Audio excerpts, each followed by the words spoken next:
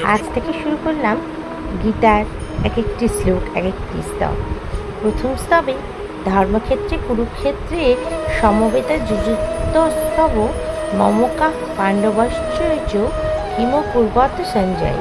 ধৃতরাষ্ট্র জিজ্ঞাসা করলেন, হে সঞ্জয়, ধর্মক্ষেত্রে যুদ্ধ করার মানসে সমবেত হয়ে আমার পুত্র এবং পাণ্ডবপুত্ররা তারপর কি করলেন? গীতার সূচনা হচ্ছে অন্ধরাজা ধৃতরাষ্ট্রের প্রশ্নের মাধ্যমে। তিনি যুদ্ধের ফলাফল নিয়ে উদ্বিগ্ন।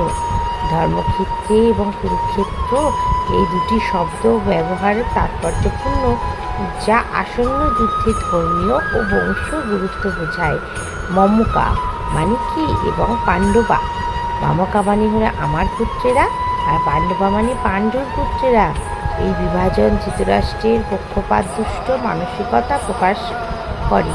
তিনি জানতে চাইছেন, যুদ্ধের জন্য সমবেত হওয়ার পর তারা ঠিক কী করলেন। এই হলো শ্রীমদ্ ভগবদ্গীতা প্রথম শ্লোক। পরের শ্লোক অবশ্যই আসবে পরের পাঠে।